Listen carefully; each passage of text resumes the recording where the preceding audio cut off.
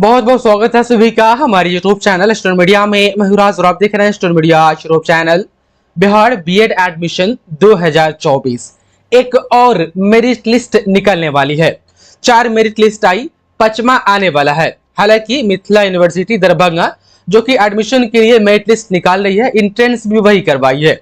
Merit list का नाम नहीं दी है, नाम चेंज कर दी है और मिथिला यूनिवर्सिटी ने कहा है कि एक और मेरिट लिस्ट आएगी, उसके लिए हम एक बार और काउंसलिंग करवाएंगे और उस काउंसलिंग का नाम होगा स्पेशल सेंट्रलाइज्ड काउंसलिंग। इसके लिए बाकायदा दिशा निर्देश जारी किए गए हैं। यदि आपका भी बीएड में एडमिशन नहीं हुआ है, आपने रजिस्ट्रेशन किया था, ध्यान रहे इसमें उन सभी छात्र छात्राओं को मौका दिया जाएगा।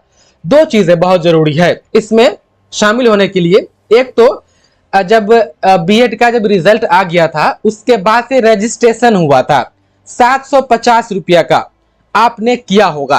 तो जिन्होंने भी 750 रुपया का रजिस्ट्रेशन किया था वो हो गई एक शर्त। और दूसरा, वैसे स्टूडेंट जिसका किसी भी मेरिट लिस्ट में अभी तक के नाम नहीं आया है, 2 शर्त है। इस जो एक और मेरिट लिस्ट आने वाली है इसका नाम हम 5वां मेरिट लिस्ट दे सकते हैं, कोई दो राय नहीं है। तो 5th मेरिट लिस्ट में आने के लिए 2 कंडीशन को फॉलो करना है। तो यदि आप ये 2 शर्त को फॉलो कर रहे हैं तो एक काम आपको और करना है, चलिए वो हम बताते हैं। यदि आपके मन में आता है कि सर हम 750 रुपये वाला पेमेंट नहीं किए थे तो आपका एडमिशन नहीं होगा। यूनिवर्सिटी ने साफ साफ कह दिया, यूनिवर्सिटी गाइडलाइन में है। अभी हम आपको बारी बारी से दिखाएंगे। थोड़ा ये अखबार का हम कटिंग समझा देते हैं। पूरे बिहार में 4469 सीट अभी खाली है बिहार के अलग अलग यूनिवर्सिटी में। अब मिथिला यूनिवर्सिटी ने क्या कहा कि ये लगभग जो इतना सीट खाली है 20 तारीख, आज 20 तारीख है जब हम वीडियो रिकॉर्ड कर रहे हैं, देखिएगा तो यहाँ पर कहा जा रहा है कि 20 सितंबर को जो है कि नोडल यूनिवर्सिटी के पोर्टल पर कॉलेजों में रिक्त सीट अपलोड कर दी जाएगी। यानी मिथिला यूनिवर्सिटी के वेबसाइट पर बिहार के जितने भी 341 कॉलेज है उसमें एक मोटा मोटा जो है कि आंकड़ा ये 4469 सीट का अखबार में तो दे दिया गया है, लेकिन किस कॉलेज में कितना सीट खाली है वो 20 तारीख को मिथिला यूनिवर्सिटी के बीएड वाला वेबसाइट पर पता चलेगा।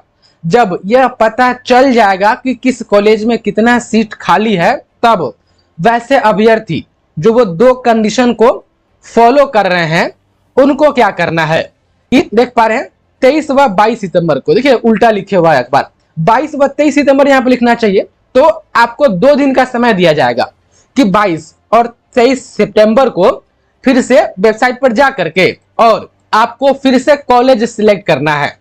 मिनिमम 3 कॉलेज आपको चूज करना ही होगा। अब कहेगा कि सर हम तो कॉलेज चूज किए थे, तो कॉलेज चूज किए थे, आपका नाम नहीं ना है किसी भी मेरिट लिस्ट में, और जो आप कॉलेज चूज किए थे हो सकता है कि सीट भर गया होगा। तो अब वेबसाइट पर सिर्फ उसी कॉलेज का नाम दिखेगा जिसमें सीटें खाली होंगी और कितना सीट खाली होगा यह भी आपको दिखेगा। तो 22 और 23 तारीख को मिनिमम 3 कॉलेज, मैक्सिमम जो भी इसका नंबर है 10 से 15 कॉलेज चूज करना, वो खैर मैक्सिमम का बात छोड़िए, मिनिमम कम से कम आपको 3 कॉलेज चूज करना ही पड़ेगा। कब? 22 और 23 सितंबर को। उसके बाद से 24 सितंबर को एक नया मेरिट लिस्ट आएगा। ये नया फ्रेश वाला कॉलेज चूज करने के बाद देख पा रहे, उसके बाद फिर इन लोगों का 25 से लेकर 28 सितंबर तक ऑनलाइन फीस जमा होगा। कौन वाला? 3000 रुपया।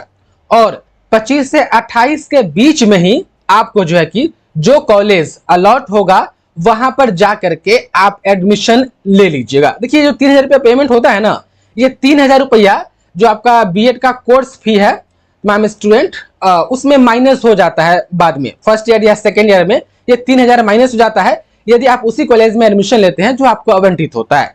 तो उम्मीद है कि आप प्रक्रिया समझ गए होंगे कि ये मिथिला यूनिवर्सिटी कहना क्या चाहती है। अब देखिए यदि हम इनका गाइडलाइन देखें तो यहां पर देखिएगा तो 2 नंबर में जो है कि ऊपर तो है कि सेंट्रलाइज्ड काउंसलिंग, जो मैंने आपको समझा दिया है। फर्स्ट नंबर वाला छोड़िए ना कि एक और मेरिट लिस्ट आएगा और किस तरीके से जो है कि प्रोसेस है, मैंने आपको तो बताया ना अभी कि 3 कॉलेज चूज करना है, किनको चूज करना है, वही बात है फर्स्ट नंबर में। सेकेंड नंबर में है कि डॉक्यूमेंट वेरिफिकेशन वगैरह, एडमिशन स्लिप जनरेशन वगैरह जो है कि ये यूनिवर्सिटी के सुपरविजन में किया जाएगा। तो डॉक्यूमेंट वेरिफिकेशन वगैरह जो भी कॉलेज अलॉट होता है वहीं पर जब आप एडमिशन लेने जाते हैं तो आपका सब ओरिजिनल डॉक्यूमेंट देख लेता है कि आपका डॉक्यूमेंट ठीक है कि नहीं ठीक है।